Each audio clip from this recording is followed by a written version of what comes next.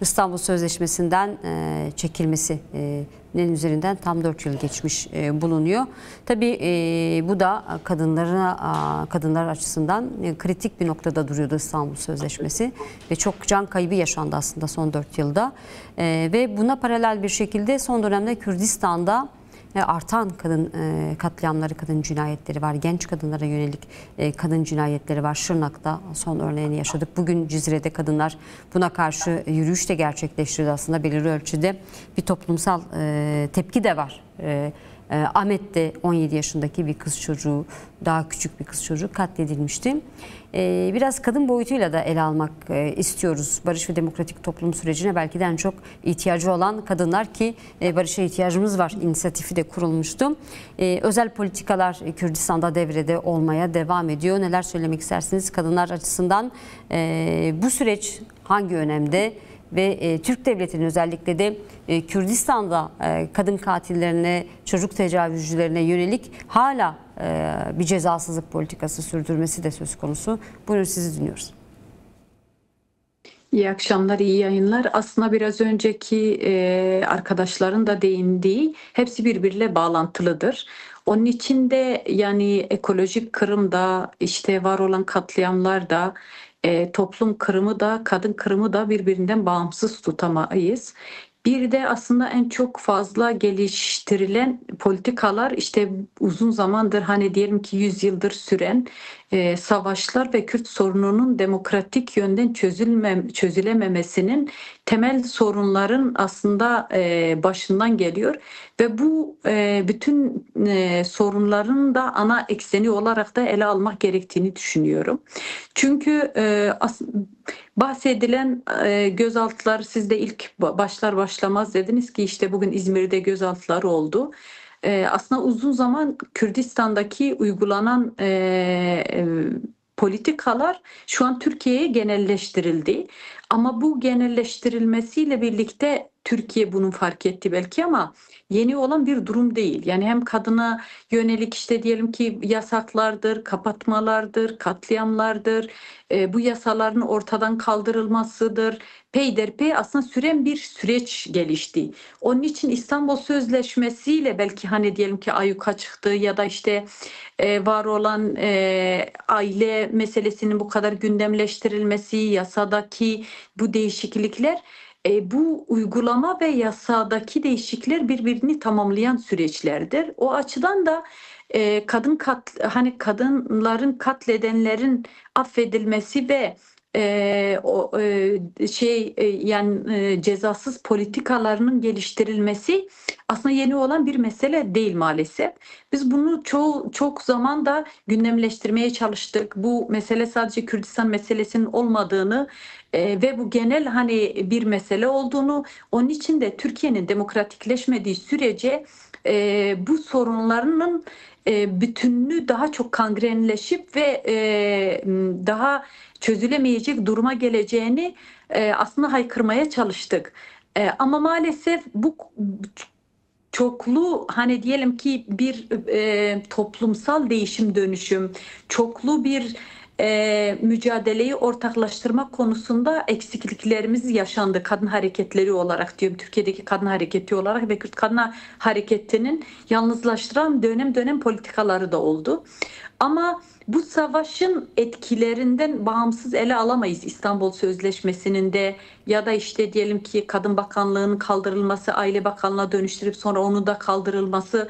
Yani bu politikaların hepsi birbiriyle bağlantılı olarak örneğin diyelim ki Kürdistan'da geliştirilen bir sistem vardı ve bu sistem daha çok kadın eliyle geliştirilen bir sistemdi. İşte eş başkanlık sistemiyle kadının direkt yönetim gücünü ortaklaştırıp kendisinin toplumla birlikte bu değişim dönüşümünü sağladığı bir sürecin başladığı ve gerçekten önemli değişim dönüşümlerin de olduğu, bu sadece hani bir belediyeyle ya da sadece bir kadın ve bir erkekle olan bir dönem de değildi. Bir bütün topluma sirayet eden ve bu değişim dönüşümünün uygulanan bir yerde. Ama sonra ne oldu? Üniformalı şiddetle devletin direkt eliyle diyelim ki özel savaş politikaları geliştirildi ve bu özel savaş politikalarıyla aslında direktmen kadınlar hedef alındı. Kadınlar gözaltına alındı, tutuklandı, kurumlar kapatıldı. İşte diyelim ki fuhuş çeteleri, uyuşturucu çeteleri oluşturuldu. Yani bunların direktmen bir merkezden yürütüldü. O açıdan hani bu var olan tekellerin, şirketlerin aslında tekelleşmesi ve doğrudan hani diyelim ki savaştan beslenerek ve devletin eliyle güçlendirilen bir döneme dönüştü bunlar. Ama Kürdistan sömürge olduğu için başta Kürdistan'da uygulandı. Ama bu sadece Kürdistan'la sınırlı değil. Tüm Türkiye'ye de uygulanmaya başlandı. Belki Türkiye'nin demokratik olmadığı ve Türkiye'nin de antidemokratik bir süreçten geçildiği maalesef Türkiye halkı hani dostlarımız birlikte mücadele verdiğimiz için söylemiyorum ama genel anlamda yeni fark edildi bu antidemokratik bir şekilde olduğunu. Onun için de biz kadınlar aslında bu savaşın etkileri, bu var olan yani sadece mesele bir yasa olarak ele almamak gerektiğini düşünüyorum. Evet. Çünkü biz İstanbul Sözleşmesi de işte diyelim ki sürekli belli bir yasalar bir bütün anayasanın demokratikleştirmediği sürece biz kadınlar o anayasada yokuz ki, biz Kürtler o anayasada yokuz ki, biz var olan diyelim ki diğer halklar ve eşit temsiliyette bir yaşam mücadelesi veren hiç kimse o yasada yok. Onun için de var olan anayasa, onun için bir bütünün değişip buna yönelik bir mücadele aslında vermekten ziyade biz bazen yanılgılı ve eksik kalıp bazı hani müfredi birkaç yasayla sınırlı kaldığımızı düşünüyorum. O açıdan da en son burada yayınınızda da konuşmuştuk. Barışa ihtiyacım var. İnisiyatifi oluşturmamızın da temel nedeni buydu. Biz var olan savaştaki etkilerinin konuşmadığımız süreçte bu mesele Kürdistan sorunu sadece Kürt kadın sorunu değil. Bu Türkiye'nin genel sorunudur. Onun için ekolojik sadece Türkiye'deki Kürdistan'daki sorun olarak ele alabilir miyiz? Değil maalesef.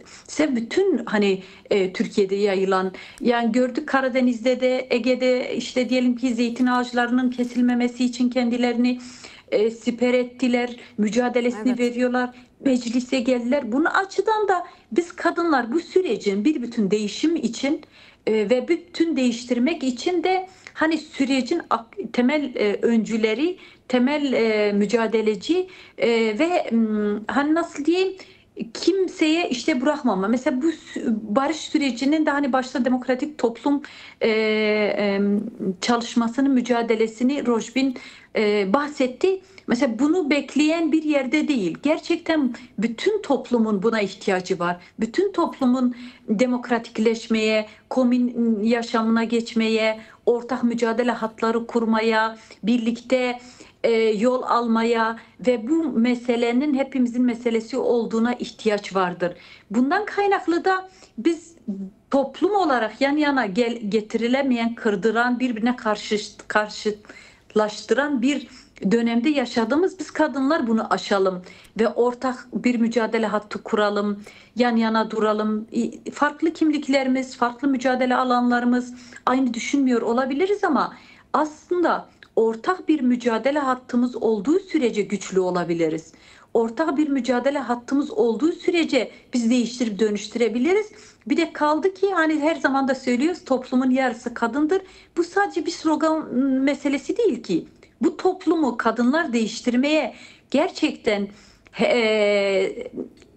kararlıysa değiştirecek de. Onun için de hani bir şeyler bekleyip de yasanın işte değişmesi biz dedik mesela zorlayalım da bu süreçte. Aslında temel hani yola çıkmamızın bir nedeni de budur. Hani bekleyen gör bir şeyler değiştiren biz talep eden işte şey değiliz ki. Biz oraları zorlayacağız ve Peki. zorlamak için de belli bir mücadele hattını da Peki. kurmak zorundayız.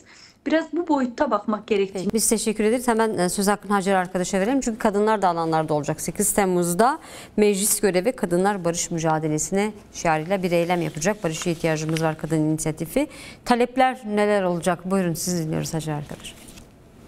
Ya biz kadınlar aslında barış mücadelesini büyüterek meclisi barışın yasal zemin içerisinde göreve çağırıyoruz. Çünkü siz de bahsettiniz biraz önce de konuşuldu. Bu barış sürecinin hani diyelim ki 27 Şubat'ta başlayan bir tarafın hızlı bir şekilde sürekli adım attığı bir süreç başladı. Ama bir taraftan hiç adım atılmayan bir süreç oldu. Onun için de biz de acil talepler olarak bazı konuları belirttik. Yani diyelim aslında mesela PKK kendini feshetti. Feshettikten sonra normal yasalara göre bütün tutukluların tahliye olması gerekiyor. Çünkü PKK yani kendini feshetti ve PKK'den yargılananların hepsinin tahliye olması gerekiyor ama maalesef öyle bir şey yaşanmadığı görmedik. Şimdi TCK'nin ve TMK'nın diğer yani yasalarda bunların değişmesi gerekiyor ve siyasetin artık suç olmaktan çıkarılması gerekiyor. Yine işte diyelim kayyumlardır ve benzer hani yaklaşımlarındır geri çekilip düzeltilmesi lazım. Çünkü bu anti uygulamalardır. Onun için de hani bahsedilen geniş bir yasanın silahların bırakılması mesela tartışılıyor, konuşuluyor. Biraz önce size dediniz bir grubun hani gelmesi ve benzeri ama maalesef biz her sabah kalkıyoruz sınır ötesi operasyonlarla hani diyelim hareketlerle uyanıyoruz. Yine özel güvenlik bölgeleri uygulamaları var, askeri yığınaklar var, savaş politikaları olduğu gibi sürüyor. Bunlara dur demek için ve meclisinin biraz önce hani komisyon oluşturma meselesi de şundan da bahsettik, söyledik. Siz de belirttiniz mesela biz kadınlar da tartıştık. Siz bir Türkiye meselesi değil, Kürt sorununun demokratik yönden çözülmesi için bir talebimiz var. Onun için biz kadınlar olarak da biz bunu kabul etmiyoruz ve bunun için de mücadele veriyoruz. Bundan kaynaklı geniş hani diyelim ki meclisin komisyon kurması sadece hani partiler belki bir araya geldi çünkü çok yavaş işleyen bir mekanizmadır. Bu mekanizmanın bir an önce hızlanması ve bu mekanizmanın da sadece siyasi partilere de sınırlı değil. Yasal olarak tabii ki meclisin bunun için göreve çağırıyoruz ve bunun için hani görevini yerine getirmesi için çağırıyoruz ve tüm partilerin de bu sürecin bir parçası olması gerektiğini düşünüyoruz. Onun için de şu anki CHP'ye yönelik olan saldırılar da aslında bize yönelik olan saldırılardan çok farklı değil. O zaman Türkiye'nin demokratikleşme sorununun CHP'nin de adım atması gerekiyor. Aynı zamanda DEM Parti gibi ve diğer bütün partiler içinde hem oradaki kadınları biraz daha duyarlı kılmak, bu sürecin bir parçası olmak, gerçekten yani var olan o yasaların değişimi için oradaki kadınlar sorumluluk alıyor mu? Nasıl bir mücadele veriyor? Niye vermiyor? Niye hani meclisi kitlemiyorlar bazı şeylerin değişmesi için? Onun için toplumsal bu değişim dönüşümle orayla bağ kurma ve bu sürecin bir bütün hani hem gözlemleyen hem içinde olan hem öncülüğünü yapan ve bir parçası olan olarak da biz başından beri başa ihtiyacım var inisiyatifi olarak kendimizi böyle ilan ettik ve böyle de bu sürecin takipçisi olacağız. Onun için de 8 Temmuz'da Türkiye'nin ve Kürdistan'ın her yerinde illerinde kadınlara çağrımız oldu ve buna yönelik illerde çalışmalarımız başladı. Bütün hani hem kurumların bu inisiyatifin içinde zaten birçok hani hem kişi insan bireyler var hem kurumlar var hem her kesimi kapsayan bir inisiyatiftir. Bu süreçte meclise gidip ve gerçekten hani meclisin barışın yasal zeminin içinde görevlerini yerine getirmek için çağırıyoruz. Evet. Ve onun için de diyoruz mücadelemizi büyüteceğiz ve bu sürecin hani bir parçası olacağız. Onun için sadece hani dediğim gibi bir komisyon kurma meselesi değil. Yasal zeminin bu yazla birlikte değişip değişmediği sürece sürecin tıkanabilecek kaygısını da yaşıyoruz. Bu sürecin tıkanmaması ve bu sürecin işlemesi için biz kadınlar nasıl bir rol oynayabiliriz? Nasıl değiştirebiliriz? Çünkü size bahsettiniz mesela diyelim ki tam Çok bir çağrı oldu. süremiz var. Bir grup insan geldi. Hacer arkadaş Peki nasıl bu süremizin yasal sonuna geldik. Son zeminde? cümlelerinizi alalım. Son cümlenizi alalım. Pardon. Yani bu yasal zeminini oluşturmak için bir an önce o yasaların değişmesi gerekiyor ki insanlar gelip Peki. demokratik siyasetin içinde yer alsın, demokratik toplum içerisinde yer alsın. Yoksa hani yani şu anki koşullarla nasıl bir süreç olabilir? O açıdan biz bütün kadınları 8 Temmuz'da Ankara'daki yürüyüşümüzde bekliyoruz ve tüm herkesin oraya gelmesi barış mücadelesinin bir neferdi olup bu çalışmanın bir parçası olması Peki. için tüm kadınları 8 Temmuz'da Ankara'ya Peki, çağırıyorum. teşekkür bir ediyoruz kez Hacer daha. arkadaş, yayınımıza katıldığınız için. Teşekkürler.